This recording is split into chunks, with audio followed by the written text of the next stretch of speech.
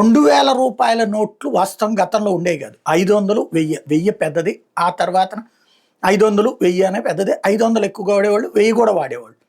అది నరేంద్ర మోడీ అధికారంలోకి వచ్చాక పెద్ద నోట్ల రద్దులో భాగంగా ఆ రెండింటిని రద్దు చేశారు.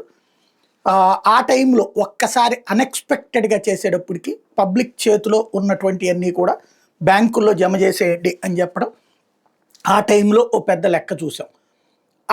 ఆ టైంలో ఇమ్మీడియట్గా ప్రజల అవసరాలు తీర్చడం కోసం అని చెప్పేసి 2000 నోట్లని తీసుకొచ్చారు.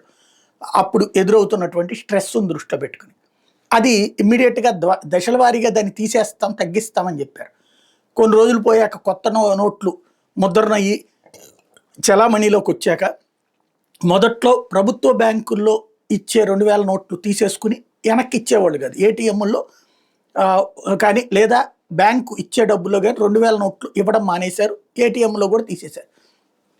సెకండ్ ఫేజ్లో ప్రైవేట్ బ్యాంకుల్లో మనం 2000 నోట్ ఇస్తే మళ్ళీ మనకి 2000 నోట్లు వచ్చాయి కాదు, ఏటీఎంలో కూడా 2000 నోట్లు వచ్చాయి కదా. అంతకుముందు అయితే ఒక 5000 తీయాలంటే 2000 నోట్లును 2 500 నోట్లు వచ్చినటువంటి సందర్భం, లేదా ఒక 500 నోటు ఒక 500 నోట్ల రూపాయలు వచ్చినటువంటి సందర్భం.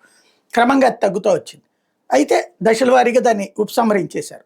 అయితే అలాగని మొదటిసారికి మళ్ళీ 500, 1000 నోట్లు బ్యాన్ ఎట్లాగో అట్లా పెట్టకుండా కొన్ని వెసులుబాట్లు కల్పించారు. రిజర్వ్ బ్యాంక్ కార్యాలయంలో ఎప్పుడైనా ఇవ్వచ్చు, అట్లాగే కొన్ని పోస్ట్ ఆఫీసుల్లో ఎప్పుడైనా సరే తీసుకుంటారు 2000 నోట్లు అన్నటువంటి.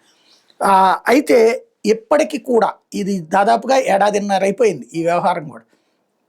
తాజాగా రిజర్వ్ బ్యాంక్ చెప్తున్న లెక్క ఏంటంటే 98% వరకు నోట్లు వచ్చినాయి, ఇంకా 2% నోట్లు బయటే ఉన్నాయి. దాదాపు 6100 కోట్ల రూపాయల విలువైనటువంటి 2000 నోట్లు చలామణిలోకి రాలేదు. అంటే బ్యాంకులకి సబ్మిట్ చేయలేదు, అంటే జనం దగ్గరే ఉన్నాయి. అది సాధారణ ప్రజల దగ్గర అయితే ఉండవు. సాధారణ ప్రజల 2000 నోటు తీసుకెళ్ళి ఇచ్చేసేసుకున్నటువంటి సందర్భాలు.